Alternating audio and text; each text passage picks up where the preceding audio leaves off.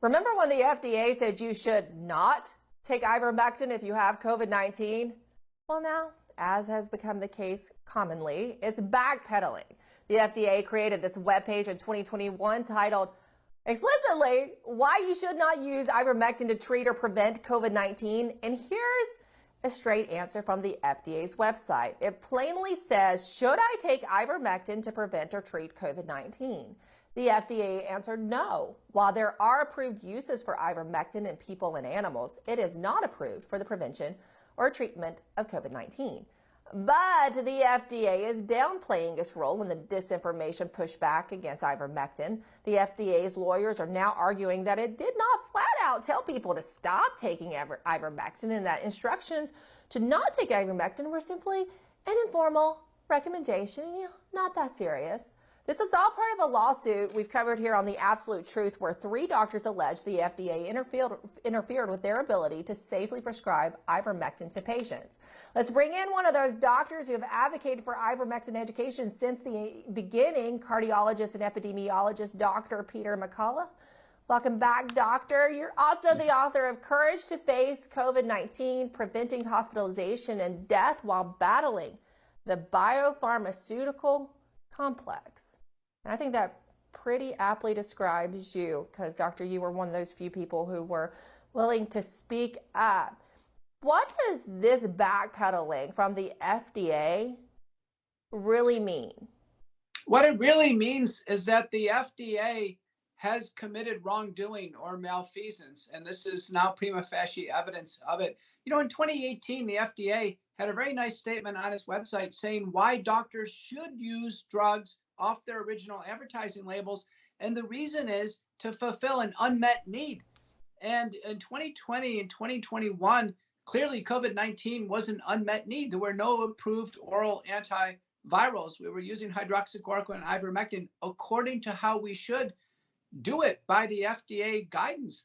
So when the FDA came out and specifically said that doctors should not use ivermectin, and specifically misled the public with a tweet that said that ivermectin is horse paste, and actually said quit using it, the FDA caused harm. Doctors had found ivermectin to be useful in reducing the risks of hospitalization and death, and particularly in a U.S. study by Roster and colleagues called the ICON study done in hospitalized patients, ivermectin was associated with reduced mortality. So the FDA's actions led to unnecessary deaths, and I think justice will have to come. The FDA now should be broadly sued, probably in a class action case against those who lost loved ones pre-hospital and during the hospital. That's where I was headed next, doctor, because I recall on my timeline, Facebook, even my personal one, I actually went through a couple of nights ago just to look back at some posts I remembered from people I grew up with, people I went to college with, who went into the medical field, worked at hospital systems that based their policies on what the FDA and CDC had to say, and they followed suit for the systems and the clinics they worked in. And I looked at those posts of these people and how influential they are in their local circles, right? Their hometowns. People trust them because they know them, and they were parroting this from the FDA and spreading this misinformation. And then they were working for hospital systems that were saying, no, you can't prescribe this, and then telling their loved ones, oh no, this is bad for you, it could hurt you. And I just have to feel like there has to be some accountability in a large scale way for this. It's true. When the FDA makes mistakes, they're open for lawsuits. And these types of lawsuits are simply for wrongdoing. The FDA's only role here is to say, stay silent. Doctors were following the guidance on the appropriate clinically indicated off-label use of medicinal products, and the doctors decide the community standard of care. The FDA doesn't have any role or really any expertise in determining what community standards are. Their only concern is drug safety, and there ivermectin is one of the most safest drugs we have, safer than Tylenol in terms of fewest adverse event reports. So here the FDA now is caught being culpable, and I anticipate a flood of lawsuits against the FDA.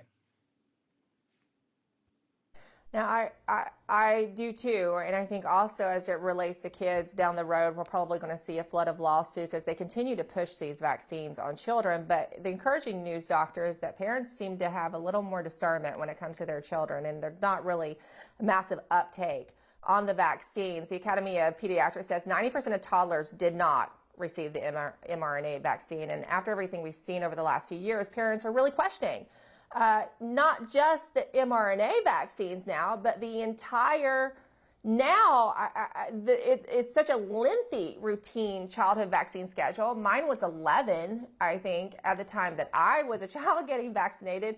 And when I had children and I looked at it, I was overwhelmed at how much it has expanded. So how much do you think this is going to impact parents in skipping the vaccine schedule going forward? I think parents and doctors now are going to re-examine the whole vaccination schedule because of the COVID-19 vaccine debacle. And people are going to start to ask questions. Do we need to have vaccinations against easily treatable conditions like pertussis and diphtheria and tetanus, which are covered with standard antibiotics? Do we need to have vaccines, for instance, for influenza in children, where the influenza vaccine last year had statistically insignificant effect from zero? It basically had zero effect last year. Should we expose children to any type of immunologic stimulus for something that has essentially zero efficacy? And then lastly, I think there'll be a critical evaluation of this broad blanket use as opposed to targeted use. There are groups that clearly could benefit from hepatitis B, meningitis vaccines, but again, they should be targeted at specific ages and not broadly applied. There's great concern that there's too much front loading, that the infant is managing way too many injections early on. The immune system could be damaged or misdirected. Yeah, I can't even tell you how shocked we were within the first 24 hours alive when they came to get our first child to take them for a hepatitis B vaccine. And my husband was a little bit taken aback and said, well, I don't understand that. And so we did a lot of research after that. But before we run out of time, there was the news last week out of the G20 that they are going to push forward with endorsing the World Health Organization's global vaccine passports. Your general reaction to that news? To base a passport on essentially an ineffective vaccine and a vaccine that's is racking up terrible safety profiles, still under emergency use, is completely misguided. The G20 should be focusing on worldwide inflation, disparity, world conflict. They shouldn't have any role in trying to opine on emergency vaccines and passports related to them. They're assuming that the vaccines stop the infection, block transmission, or reduce hospitalization and death, and they do none of them. And our agencies agree they do none of them. So at this point in time, they should drop the vaccine passport idea completely, and I think the whole world would be greatly relieved.